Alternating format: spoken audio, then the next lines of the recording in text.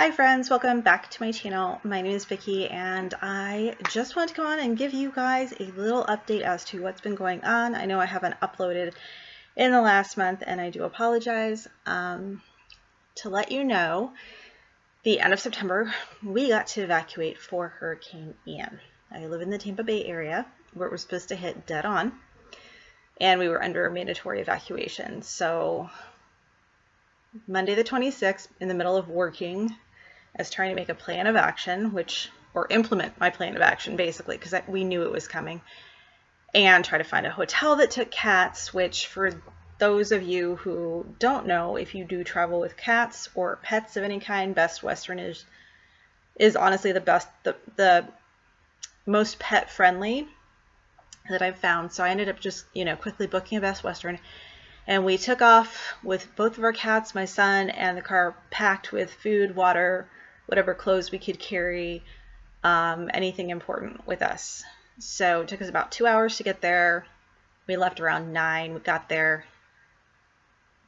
I want to say around 11:30-ish, because I kept getting lost with the GPS. Was not directing me to the hotel. It kept directing me to a hospital. Even though I typed in the correct address, it kept taking me to the hospital. So I had to actually go to the hotel's website and hit the directions button in order to find my way to this hotel. So anyway, we check into the hotel. It's nice, it's clean, it's basic, it's simple. And I noticed that the sliding glass door is a single pane sliding glass door. It's not double, it was not double paned. And 12 feet from this sliding glass door was a transformer pole.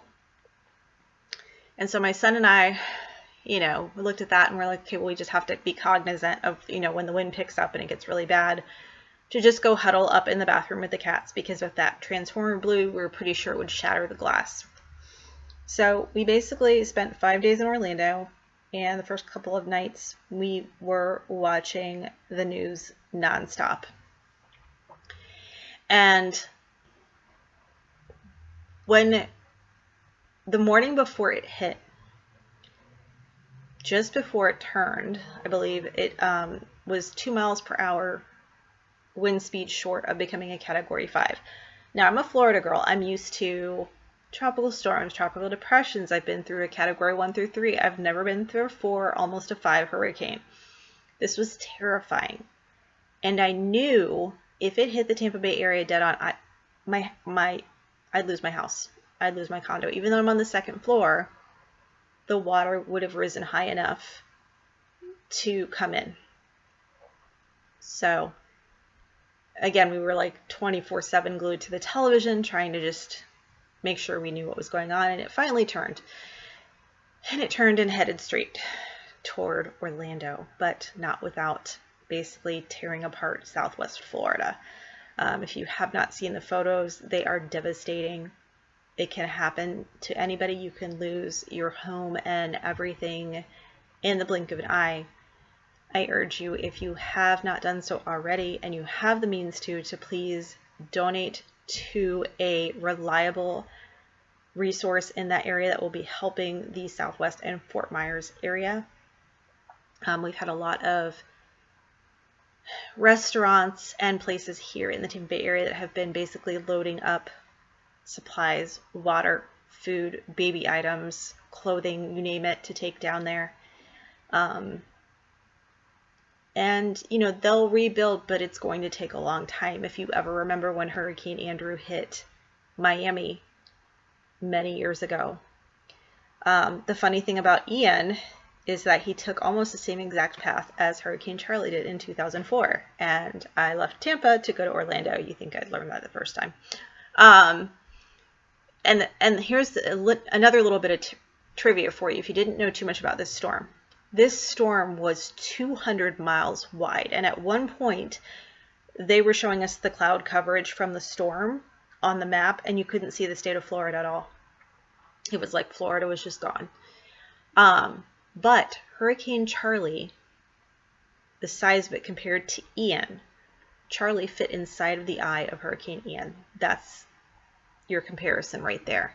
And the track it took, this hurricane must have been doing the mambo. I mean, it was literally like doing this weird stair-stepping, jagged turns. It was bizarre.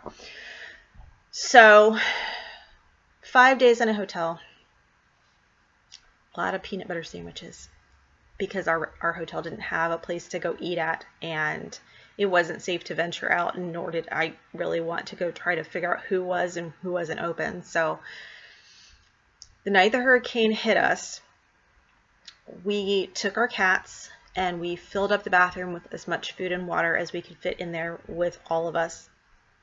I slept in a bathtub. Yes, it was sober. My son slept on the floor, and we lost power for about 8 hours. It wasn't terribly long. And the bathroom stayed nice and cool because I had cranked the air down to be really, really cold, as cold as we could stand it. And so our worry was basically that sliding glass door shattering it. Also, if you walked out into the hallway, like where our door was, it was a long carpeted hall, but on each end were glass doors. So I was waiting for something to shatter it. Thankfully, nothing happened. Everything was fine. No damage to like my car parked there or anything like that. Very little debris in the area that we were in. So by day 5, once the power came back on and we found out that Disney Springs was going to be open, we decided to go ahead and head down there for lunch. Because honestly, if I ate another peanut butter sandwich, like the thought of it just made me gag. Like still, I can't. No peanut butter, thank you. So here's the funny part. For those of you that have watched me for a while and you know I'm immune compromised, I've literally been staying home since March 15th of 2020, other than going to the grocery store because of COVID. So this was literally the first time I've left my house was due to a hurricane. First time I went out in public to Disney Springs. First time I ate in a restaurant in over 2 years. So it was a little surreal. Like everything going on was just basically surreal. So we went, we got some pizza, we walked around. It was really nice to get out. It was still really hot. Oh, and we had heard that they had opened up some extra tickets for Mickey's Halloween party at Magic Kingdom. So we park at Magic Kingdom. My son's like, let's walk to the park. I'm like, okay. 15 minutes one way, only to be told that they sold out of the tickets to walk all the way back to the car, and now I'm drenched in sweat because the weatherman lied to us and said it was cooler outside. It was not cooler outside. So we ended up to where, okay, so inside of our hotel room, the roof leaked, so we had water coming in. We had to use our towels to sop up. But other than that, like we really didn't have any issues. I mean, it was nice, it was clean, it was, a safe place to go, and until I drove out to go to Disney Springs and realized that we were not in a very good area whatsoever. And it was really funny because a couple of days ago there was a shooting right across the street from that hotel. And friends of mine in Orlando were like, yeah, you shouldn't have stayed there. I was like, well, I grabbed the first Best Western I could find that was available. Like I literally just picked the first one on the page and ran with it because I was in a little bit of a panic, So we got home Saturday afternoon. Okay. Got home, got the car unpacked. My boyfriend had come by earlier in the day to check my home and clean out my fridge, because when you are going through one of these and you leave your home, you need to turn off all of your breakers, because in the event that you come back into your home and there is water, you can and will possibly electrocute yourself. So he came in, turned everything back on, cleaned out the fridge. We lost a lot of food, frozen foods, and just stuff in the fridge, which, thankfully no big deal, but it was rough, so, and I think not only are we still recovering, our pets are sleeping an awful lot the last few weeks, as are we. I think we're just all mentally exhausted, and you can see the stress. I'm still breaking out in hives with my rosacea. So we got home, like I said, Saturday. Boyfriend came over, brought my son's computer back over. No damage to my place whatsoever, so thank goodness for that. So we order a pizza. I eat dinner, and I literally fall asleep on the couch at 5 o'clock in the afternoon Saturday. 17 hours later, I wake up. 17 hours I slept. That's how exhausted I was. And my left kidney was hurting. And I thought, well, I'm probably really dehydrated. So I guzzled like about 4 cups of water, like just drank them down, just to try to rehydrate myself. And the pain in my kidney kept getting progressively worse and worse and worse. And I was just like, okay, I don't know what's going on. So I ended up knocking on my son's door, and I'm like, hey, I'm going to call 911. I need to go to the hospital. I didn't want to like call them and have them show up and like scare my son to death. So I got a free trip to the ER, and where I passed a kidney stone. Like, I was literally screaming the moment it passed. Like, I could feel it. Morphine is your friend in that moment. It took the edge off. Like, I was still able, like, the nurse was like, I'm surprised how coherent you are. I'm like, yeah, I'm fine. I was like, it just took the edge off the pain. I mean, I was still hurting, mind you. And they had to give me anti-nausea because I just was so ill. The entire time I was there, I thought it was really bizarre that they basically pretty much know what's going on with me. No one gave me an IV at any point to hydrate me. So out of the 4 cups, I ended up holding only about 3 down because I released one before we went to the hospital. And what was funny is they kept delaying a CAT scan to take my blood work to see if I was pregnant.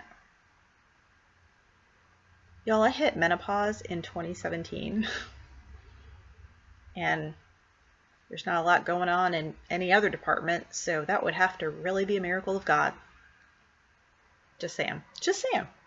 Nobody thought to ask me if I was pregnant. They were just going to come take my blood to assess. Like, I mean, I was awake, I was conscious, I was holding conversations with the medical staff. So there was no reason they couldn't have asked me. So anyway, come to find out there was like a 4 to 5 millimeter stone hanging out in there. So pretty sure it passed. Came home Sunday around 6. I had to Uber home. My son called an Uber for me. And then, so I came home. I want to say I ate, had some water, and laid down and woke up the next morning. And I felt I felt fine when I was kind of moving around. Actually, no, was that? Yeah, I felt pretty good. I had to think about it. Yeah, I felt pretty good on Sunday. So I was like, okay, good, because I need to get back to work because I basically lost Tuesday, Wednesday, Thursday. I lost like 3 days worth of working time. My company obviously still made sure that we were all compensated for, not being able to work, but the workload that I had, I lost momentum basically. So I wake up Monday morning fully thinking I'm going to go to work, and I'm still, working from home. And I guess with the stress of everything that was going on, that muscle that I have in my neck that spasms, that causes physical pain from like head to toe, because it will literally have pain from here through my ear, around my sinus cavity here to the top of my head, and the top of my head will start to get numb and tingly. And it's not a stroke. This happens constantly. Muscle relaxer and ibuprofen will usually fix it, but not this time. It literally took 4 rounds of muscle relaxers and 4 rounds of ibuprofen to finally get it to relax. So on top of the 3 days of work I lost the week of the hurricane, now I've lost 2 more days of things I really needed to get done because I could not physically sit up and work. So it's been so exciting to be me for the last week or a month. And then once I went back to work that Wednesday, I thought I was gonna have to go back to the ER. So I don't know if I didn't fully pass the kidney stone, or my kidney was just still spasming on Wednesday. It did not bother me like Sunday, Monday, Tuesday, but I started feeling the pain again, and I was literally thinking I was going to have to call the ambulance again. And then whatever it was went away, passed, whatever. I was still sore and tender for a couple more days, but other than that, I've been doing really good. I'm pretty sure what caused it is the fact that I was chugging a lot of soda. When I get anxious, I want sugar, I want caffeine, and my other thought process was if we drink the soda, we can fill the bottles up with water. Yeah, soda is not my friend. Soda is really not anybody's friend, but it took a toll on my body because when they took me and I saw my labs, my blood sugar, and I'm pre-diabetic, my blood sugar was at like 145. My white blood and red blood cell count was off, and some other things. I haven't even gone back to look to assess what else was going on. I'm sure it was just my body probably in shock from trying to pass the stone and all of the stress of the whole situation. So, but we're home, we're back, my house still looks like a tornado ripped through it because we literally just ran around just grabbing stuff and throwing it in suitcases and boxes and whatever. And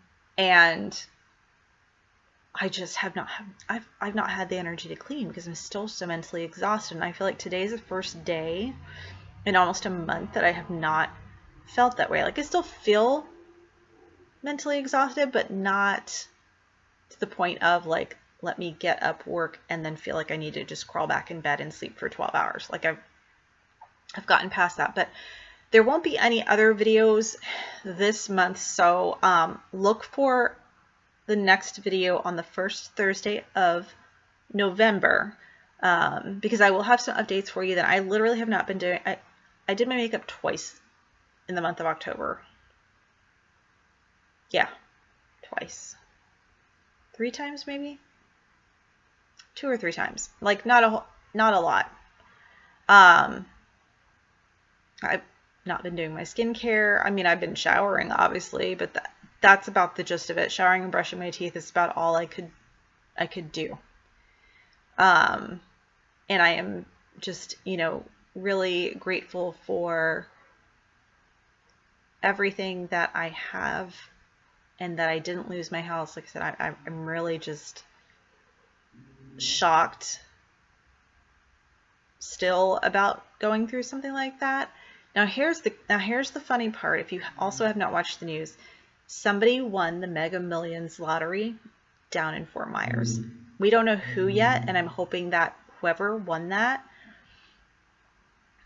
somebody that either heaven forbid, but they lost everything and now they have the money to like get another house and clothes and whatever that they lost that they need to replace, and that they will help out their community with that money. Or if it's somebody that won it, that they aren't in desperate need of all that money. I mean, I can't imagine that anybody would need that amount of money, but that they will take care of their own community with that money, because it could just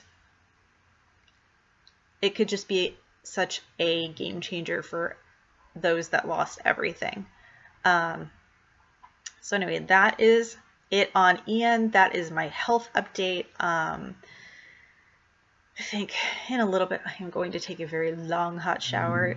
I feel like, so yesterday was Wednesday, but I kept feeling like it was Tuesday because I felt like Monday, Tuesday, Wednesday was all rolled into one, and I only just now realized that I'm actually on Thursday. Like I literally have had no sense of time since the hurricane.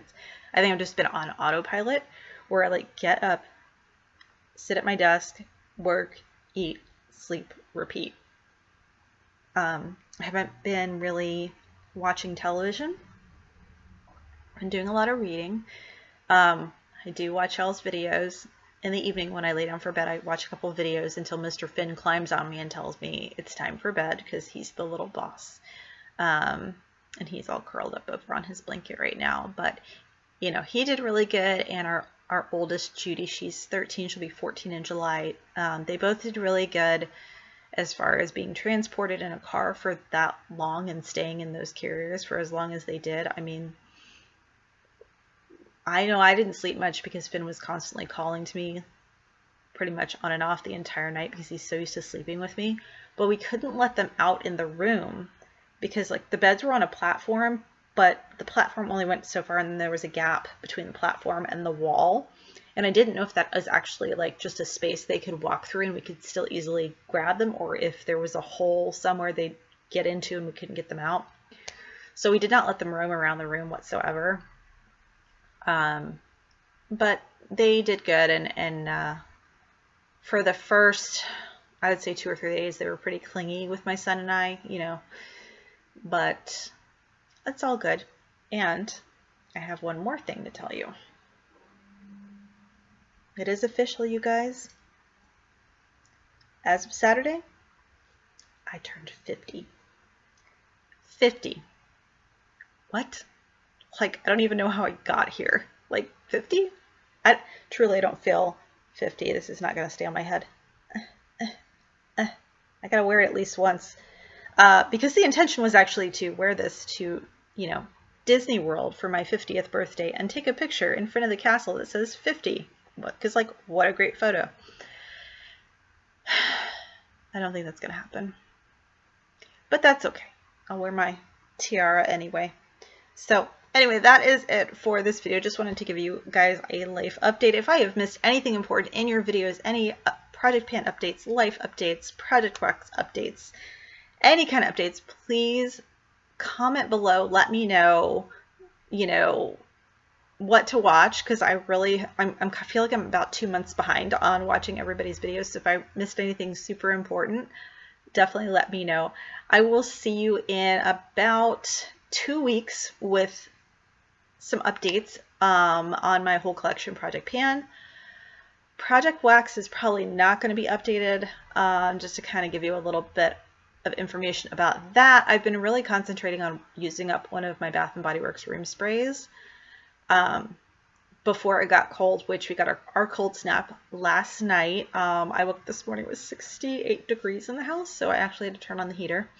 But it's a spring smell, but I'm almost done with it. Like, I can tell by the weight in the bottle, so I really want to finish that up before I start melting any of my fall and holiday scented waxes and candles and things like that. So you'll see whole collection Project Pan, you'll see the Bath & Body Project Pan, and probably skincare Project Pan as well. So we'll have a little update, I think, on everything except for the Project Wax. So anyway, that is it for now. Please leave me a comment below, click the like button, subscribe if you haven't already. Go check out some of my other videos, and I will see you in 2 weeks. Have a good night. Bye.